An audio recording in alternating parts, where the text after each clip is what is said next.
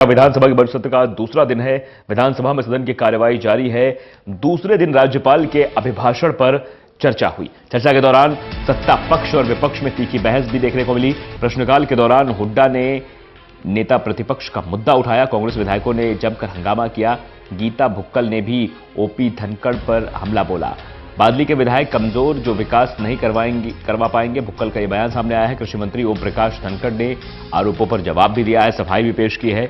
10 साल मंत्री रहा, क्यों नहीं किया विकास, धनखड़ ने यह कहा है। सदन में रेवाड़ी एम्स को लेकर भी हंगामा देखने को मिला। रामविलास शर्मा ने विपक्ष के आरोपों के जवाब दिए। तो साफ तौर पर यह बजट सत्र का आज दूसरा दिन था। कल से बजट शुरू है। 25 तारीख को बजट पेश किया जाएगा। तो चर्चाएं जारी हैं।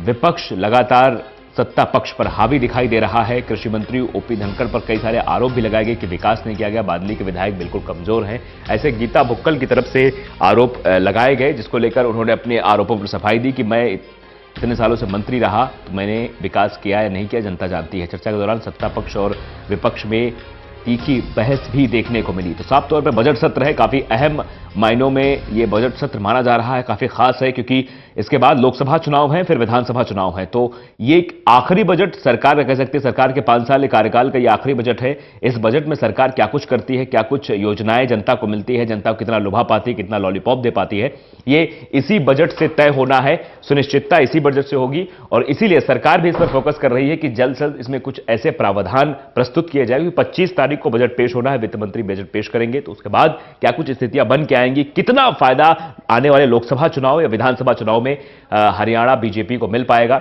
ये देखने वाली बात होगी। क्योंकि जिस तरह से अब विपक्ष के पास भी यही समय होता है, यही वक्त होता है जब संसद का सत्र शुरू हो और बजट सत्र शुरू हो और उसके बाद तुरंत चुनाव हो, तो विपक्ष के पास भी यह मुद्दा है कि विपक्ष जाके सरकार को घेरने की कोशिश करे और अपने प्रदर्शन को प्रदर्शित करने की कोशिश करे। तो साफ तौर पर यह बजट सत्र इसलिए भी खास है क्योंकि लोकसभा और विधानसभा चुनाव हैं। अभी 2 चुनाव हुए थे हाल फिलहाल में, देखा जाए तो मेयर पद के चुनाव हुए थे जिसमें बीजेपी ने 5 सीटें अपने पास रखी और साथ ही साथ उसके बाद जीत उपचुनाव हुए जिसमें बीजेपी ने जीत दर्ज की है। तो इससे बीजेपी यानी भारतीय जनता पार्टी का हौसला काफी बढ़ा हुआ है और वो चाहेगी कि इस बजट के जरिए आने वाले लोकसभा चुनाव और विधानसभा चुनाव पर एक नजर गड़ाई जाए और लोकसभा के बाद विधानसभा चुनाव में एक अच्छा प्रदर्शन हो, फिर से भारतीय जनता पार्टी की सरकार बने। इसको लेकर बीजेपी अपने बजट और सरकार भी इसी काम में लगी हुई है। तो साफ तौर पर विपक्ष भी ये चाह रहा है कि उसको मौका मिले और जिस तरह से आज ओपी धनखड़ पर गीता ने आरोप लगाए हैं, साफ तौर पर उन्होंने कहा है कि विकास कहां है, दिख नहीं रहा है, आपके विधानसभा क्षेत्र में भी विकास नहीं दिखा है।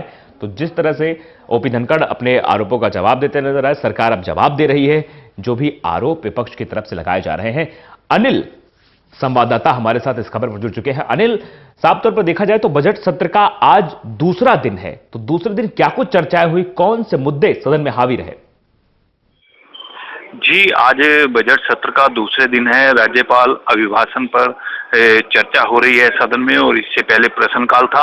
विधायकों ने अपने अपने क्षेत्रों की समस्या उठाई और सरकार ने उनका जवाब दिया। लेकिन आज जो है मामला इनेलो पार्टी का छाया रहा। अनिल विज ने सदन में चुटकी ली और स्पीकर से पूछा कि इनेलो टूट गई है, आपको इससे विधिविध जानकारी है कि नहीं। नैना चौटाला ने विज के कॉल पर कहा अलग पार्टी बन गई है। तो इस पर मामला गर्मा गया और कांग्रेस विधायक कांग्रेस की तरफ से मांग की गई कि वोटिंग करवाई जाए ताकि पता चल सके कि इनेलो पार्टी में कौन है और अलग पार्टी में कौन है। तो विपक्ष के नेता पर भी सवाल उठ गया और मामला छाया रहा और स्पीकर ने आखिर शांत करके कहा कि ये मामला चर्चा के बाद में देखा जाएगा। अच्छी कितने दिनों तक ये बजट सत्र चलने वाला है अनिल, और क्या कुछ लगता है कि सरकार इसमें क्या कुछ पेश कर सकती है, क्या कुछ अभी अंदेशा है? जी, लोगों को उम्मीदें हैं कि सरकार जो है इस बार जो बजट पेश करेगी काफी राहत मिलेगी।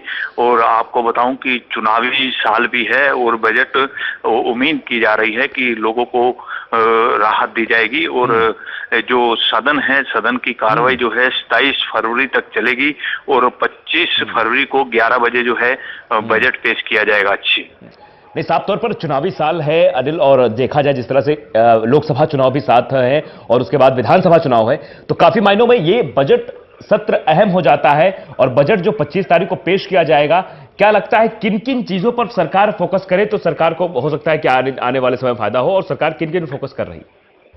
जी, जिस तरह से पंजाब का भी सत्र चल रहा है और पंजाब ने डीजल और पेट्रोल पर जो दाम कम किए हैं, वैट कम किया है, और हरियाणा सरकार भी पेट्रोल डीजल पर वैट कम कर सकती है।